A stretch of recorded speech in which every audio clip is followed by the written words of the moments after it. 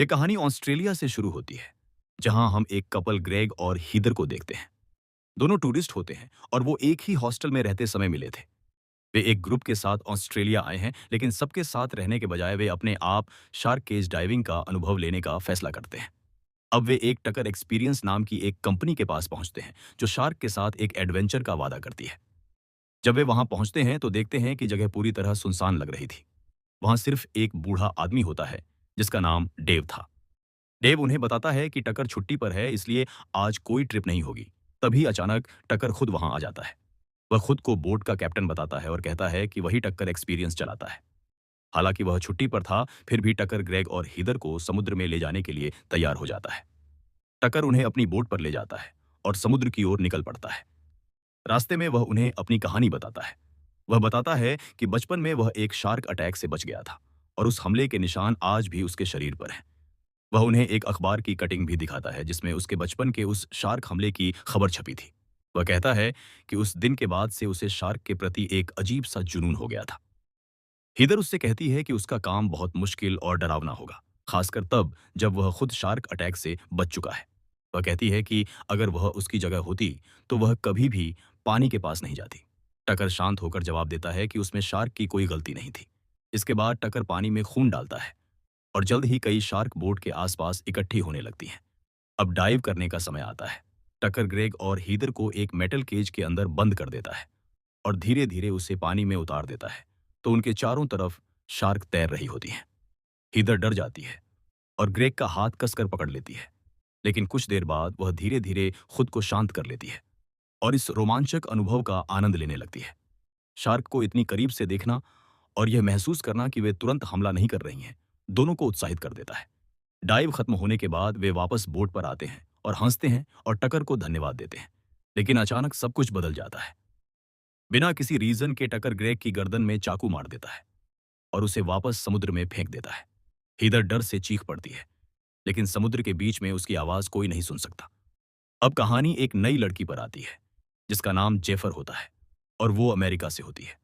Surfing करने के बाद वह गोल्ड कोस्ट के पास एक दुकान पर पहुंचती है।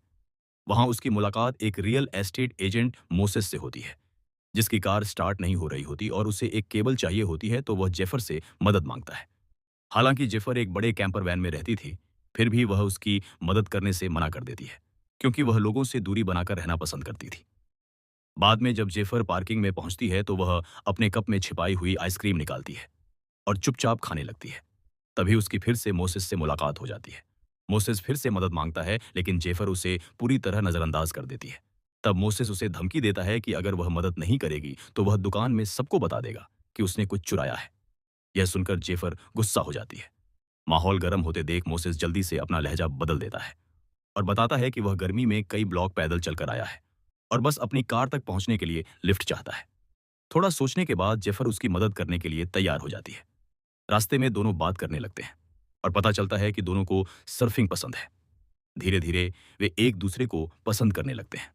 उसी रात जेफर की वैन मोसेस के घर के बाहर खड़ी होती है और वैन के अंदर दोनों करीब आ जाते हैं। इसी दौरान मोसेस अनजाने में एक फिन को बाहर फेंक देता है, जो सर्फ बोर्ड में फिन लगाने के काम आती है। मोसेस इस रिश्ते को गंभीरता से लेने लगता है। उसे लगता है कि वे किसी वजह से मिले हैं और उन्हें साथ रहना चाहिए। लेकिन जेफर ऐसी लड़की नहीं है जो एक जगह टिक कर रहना पसंद करे। वह उसके घर के अंदर भी नहीं जाती। मोसेस उसके लिए खाना भी बनाता है, लेकिन जब वह पैनकेक्स लेकर आता है तब तक जेफर जा चुकी होती है। इससे मोसेस का दिल टूट जाता है। बाद में जेफर सर्फिंग करने के लिए एक बीच पर जाती है। जब वह अपने सर्फ बोर्ड में फिन लगाने की कोशिश करती है तो उसे पता चलता है कि फिन की गायब है। पास में खड़े एक ट्रक में वह फिन की ढूंढने लगती है। तभी उसे कदमों की आवाज सुनाई देती है। जब वह पीछे मुड़ती है तो देखती है कि टकर वहां खड़ा मुस्कुरा रहा था। टकर बिना कुछ पूछे उसे एक फिन की दे देता है और कहता है कि उसके पास बहुत है। वह अकेले सर्फिंग करने के लिए उसके साहस की भी तारीफ करता है। जेफर उसे धन्यवाद कहती है और अपना सर्फ बोर्ड ठीक करने लगती है। उसी समय मोसेस उसे मैसेज करता है और सर्फिंग के लिए पूछता है, लेकिन जेफर जवाब दे पाती उससे पहले ही टकर पीछे से उस पर हमला कर देता है, उसे बेहोश कर देता है और उठा ले जाता है। लंबी ड्राइव के बाद टकर अपनी नाव पर पहुंचता है और उसे समुद्र में ले जाता है। वह जेफर को नाव पर रखता है और समुद्र की ओर निकल जाता है। सुबह तक मोसेस समुद्र तट पर पहुंच जाता है, लेकिन जेफर कहीं दिखाई नहीं देती। वह उसे फोन करने की कोशिश करता है, लेकिन उसका फोन उसकी वैन के अंदर ही बज रहा होता है। टकर चालाकी से जेफर का सर्फ बोर्ड वैन से बाहर फेंक देता है, लेकिन फोन वहीं छोड़ देता है ताकि ऐसा लगे कि जेफर सर्फिंग करने गई थी और डूब गई। जब जेफर होश में आती है तो खुद को नाव के नीचे वाले कमरे में बिस्तर से बंधा हुआ पाती है। उसके पास वाले बिस्तर पर हिदर भी बंधी होती है, वही महिला जिसे हमने कहानी की शुरुआत में देखा था, और वह अभी भी जिंदा होती है। जेफर घबरा जाती है और जोर जोर से चिल्लाने लगती है, लेकिन समुद्र के बीचों बीच उसकी आवाज सुनने वाला कोई नहीं होता। हिदर उसे बताती है कि उसने यहां से निकलने की हर कोशिश की है, लेकिन उनकी आवाज किसी तक नहीं पहुंचती। वह यह भी बताती है कि वह यहां बहुत लंबे समय से फंसी हुई है। जेफर हथकड़ी खोलने के लिए कुछ ढूंढने की कोशिश करती है, लेकिन आसपास कुछ भी नहीं मिलता। तभी उसे दीवार पर एक लड़की का नाम लिखा हुआ दिखाई देता है।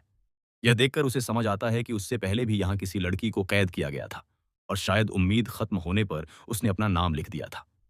ऊपर डेक पर टकर आराम से मछली पकड़ रहा होता है। जेफर हिदर से पूछती है कि क्या कोई उसे ढूंढने आएगा।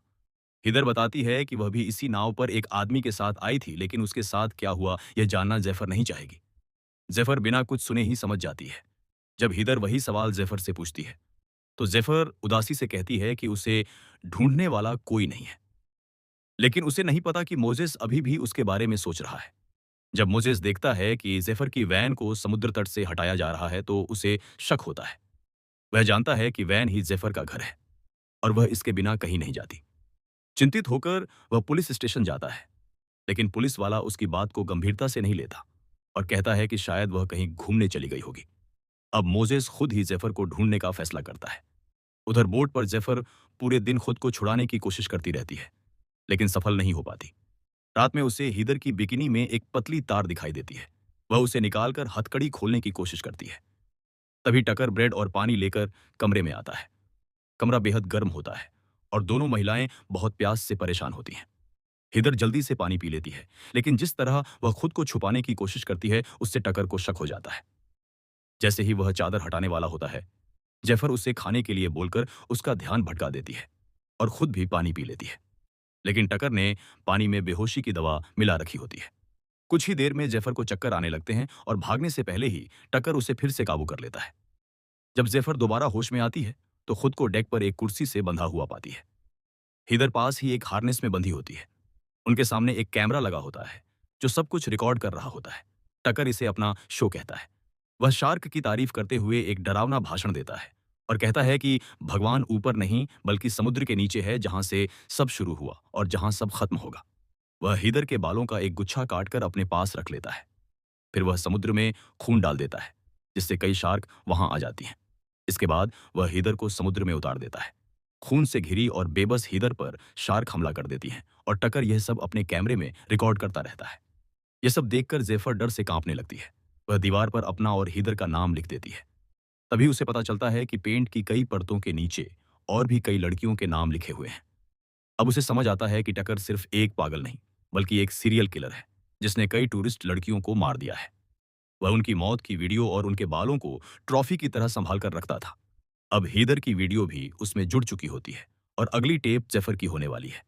अगली सुबह मोजेस अभी भी समुद्र तट पर जेफर को ढूंढ रहा होता है और उसे जेफर का सर्फ बोर्ड मिल जाता है और उसका डर और बढ़ जाता है। उधर रात में टकर फिर ब्रेड और पानी लेकर आता है। गुस्से में जेफर उस सब पर लात मारकर गिरा देती है और कहती है, तुम खुद को शार्क समझते हो लेकिन असल में तुम सिर्फ एक किड्डा हो। टकर बिना कुछ कहे वहां से चला जाता है। बाद में जेफर पास रखी बाल्टी का हैंडल तोड़कर उसे एक नुकीले हथियार में बदल देती है। जब टकर वापस आता है और उसे बेहोश करने के लिए इंजेक्शन निकालता है, तभी जेफर उस पर हमला कर देती है और हैंडल सीधे उसकी गर्दन में घोंप देती है। टकर दर्द से चीखते हुए पीछे गिर जाता है। जेफर जल्दी से उसकी बेल्ट से चाबी निकालकर खुद को आजाद कर लेती है, लेकिन टकर किसी तरह उसके पैर में फिर से बेहोशी का इंजेक्शन लगा देता है। धीरे धीरे जेफर की आंखें बंद होने लगती हैं। वह डेक पर जाकर रेडियो से मदद मांगने की कोशिश करती है, लेकिन कोई जवाब नहीं आता। उसे दूर एक नाव दिखाई देती है और वह पूरी ताकत से चिल्लाती है, लेकिन वहां पार्टी चल रही होती है और कोई उसकी आवाज नहीं सुनता। तभी टकर फिर डेक पर आ जाता है। गुस्से में जेफर उसका कैमरा उठाकर समुद्र में फेंक देती है और झड़प के दौरान वह खुद भी पानी में कूद जाती है। वह दूसरी बोट तक तैरने की कोशिश करती है, लेकिन आधे रास्ते में ही बेहोश हो जाती है। टक्कर उसे फिर पकड़कर अपनी बोट पर ले आता है और नीचे बंद कर देता है। अब कैमरा टूट चुका होता है, इसलिए वह जेफर को मारने का प्लान टाल देता है और नया कैमरा खरीदने के लिए नाव किनारे की ओर मोड़ देता है। इधर मोजेस बीच की सीसीटीवी फुटेज चेक करता है और उसे टकर का ट्रक दिखाई देता है, जिस पर लिखा होता है टकरज एक्सपीरियंस। शक होने पर वह उस लोकेशन पर पहुंचता है और टकर की बोट तक पहुंच जाता है। जैसे ही वह नाव पर कदम रखता है, उसे नीचे से जेफर की चीखें सुनाई देती हैं। वह दरवाजा तोड़कर अंदर जाता है तो जेफर उसे देखकर हैरान और खुश दोनों हो जाती है। उसे विश्वास नहीं होता कि वह उसे ढूंढते हुए यहां तक आ गया। वह उससे कहती है कि ऊपर जाकर कुछ हथियार लाए और पुलिस को कॉल करे।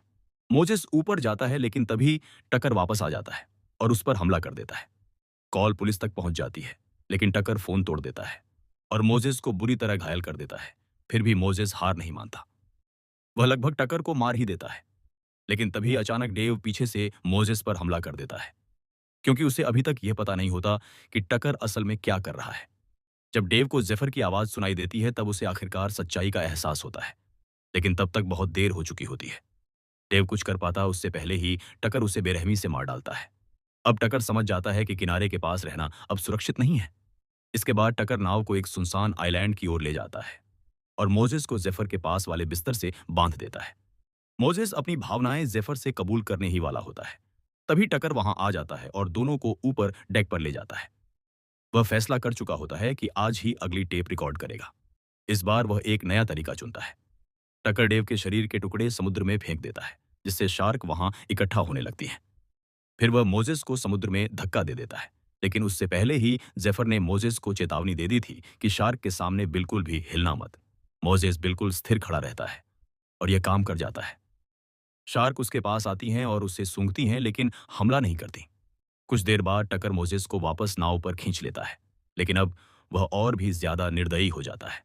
वह मोजेस को कई बार चाकू मारता है और फिर उसे दोबारा समुद्र में फेंक देता है। अब मोजेस मौत के करीब पहुंच चुका होता है। तभी वह आसमान में एक लाइफगार्ड हेलीकॉप्टर को उड़ते हुए देखता है, जो जेफर को ढूंढ रहा होता है।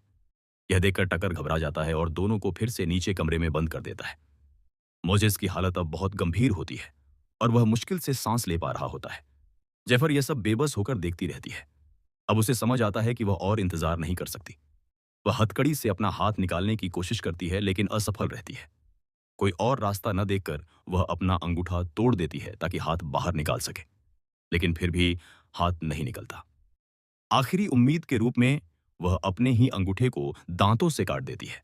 आखिरकार उसका हाथ हथकड़ी से निकल जाता है और वह खुद को आजाद कर लेती है। उसी समय टकर एक और इंजेक्शन लेकर नीचे आता है, लेकिन इस बार जेफर उसे चकमा दे देती है और उसे कमरे के अंदर धक्का देती है और बाहर से दरवाजा बंद कर देती है। वह दौड़कर ऊपर जाती है और नाव का सिस्टम चालू करने की कोशिश करती है, लेकिन टक्कर एक दूसरे रास्ते से डेक पर पहुंच जाता है और सब कुछ बंद कर देता है। अब जेफर के पास सिर्फ एक ही रास्ता बचता है, लड़ना और भागना। वह टक्कर से जोरदार लड़ाई करती है और मौका मिलते ही समुद्र में कूद जाती है। उसे सामने एक आइलैंड दिखाई देता है जहां शादी की पार्टी चल रही होती है, लेकिन उसका हाथ बुरी तरह से खून बहा रहा होता है और समुद्र में शार्क भी मौजूद होती हैं। टकर एक छोटी नाव में उसका पीछा करता है, लेकिन किसी तरह जेफर उस आइलैंड तक पहुंच जाती है। लेकिन मदद मिलने से पहले ही टकर उसे पकड़ लेता है और बेहोश कर देता है और फिर से अपनी बोट पर ले आता है। अब टकर समझ जाता है कि असली खतरा मोजेस नहीं बल्कि जेफर है। इस बार वह रोल बदल देता है। अब मोजेस को कुर्सी से बांधा जाता है और जेफर को हार्नेस में लटकाया जाता है, जबकि टकर अपना नया शो रिकॉर्ड करने की तैयारी करता है। तभी अचानक एक विशाल ग्रेट व्हाइट शार्क दिखाई देती है। टकर भी उसे देखकर हैरान रह जाता है। बाकी सारी शार्क दूर चली जाती हैं। टकर उसे घूरता है और याद करता है कि बचपन में इसी शार्क ने उस पर हमला किया था। फिर भी वह उससे नफरत नहीं करता। उसके लिए यह शार्क ही उसका भगवान होती है। बिना झिझक के वह जेफर को समुद्र में गिरा देता है, लेकिन इस बार जेफर पूरी तरह होश में होती है। टकर शार्क को उकसाने के लिए भाला उठाता है, लेकिन वह उसके हाथ से फिसलकर जेफर के पास गिर जाता है। जेफर उसी हारपून की मदद से खुद को आजाद कर लेती है और समुद्र में गिर जाती है। अब वह सीधे शार्क के सामने होती है। शार्क उसकी ओर बढ़ती है, लेकिन उस पर हमला नहीं करती। शायद उसे जेफर में कुछ अपना सा दिखाई देता है, क्योंकि वह भी एक सर्वाइवर थी। हिम्मत जुटाकर जेफर वापस नाव पर चढ़ती है और टकर से फिर लड़ाई करती है, लेकिन टकर उस पर भारी पड़ जाता है और लगभग उसे मार ही देता है। तभी अचानक गंभीर रूप से घायल मोजेस पीछे से आता है और लोहे की रॉड से टक्कर की चेस्ट पर वार कर देता है। टक्कर संतुलन खो देता है और सीधे समुद्र में गिर जाता है। उसके घावों से खून बहने लगता है। खून की महक से आकर्षित होकर वही शार्क उसकी ओर दौड़ पड़ती हैं, जिन्हें वह कभी पूछता था। टकर डर से चीखता है, लेकिन उसकी आवाज सुनने वाला कोई नहीं होता। कुछ ही सेकंड में शार्क उसे टुकड़ों में फाड़ देती हैं और मार डालती हैं। जो आदमी दूसरों की मौत को रिकॉर्ड करता था, आज वह खुद अपने आखिरी अनदेखे शो का हिस्सा बन जाता है। दूसरी ओर जेफर फ्लेयर गन से आसमान में सिग्नल फायर करती है। आसमान में तेज रोशनी फैल जाती है। कुछ ही देर में दूर से पुलिस की नाव दिखाई देती है, जो शायद मोजेस की अधूरी कॉल को ट्रेस करते हुए वहां पहुंची होती है। पुलिस जेफर और मोजेस को बचा लेती है। मोजेस की हालत बेहद गंभीर होती है, लेकिन जेफर उसका हाथ छोड़ने से इनकार कर देती है। पुलिस की नाव पर बैठी जेफर उस आइलैंड को पीछे मुड़कर देखती है, जहां उसका डरावना सपना आखिरकार खत्म हुआ। धीरे धीरे मोजेस को होश आता है और वह उसकी ओर देखता है, उसका हाथ पकड़ता है और कहता है, मैंने कहा था हम किसी वजह से मिले हैं। जेफर हल्की सी मुस्कान देती है, एक ऐसी मुस्कान जिसमें डर भी है और दर्द भी, लेकिन सबसे ज्यादा जीने की इच्छा।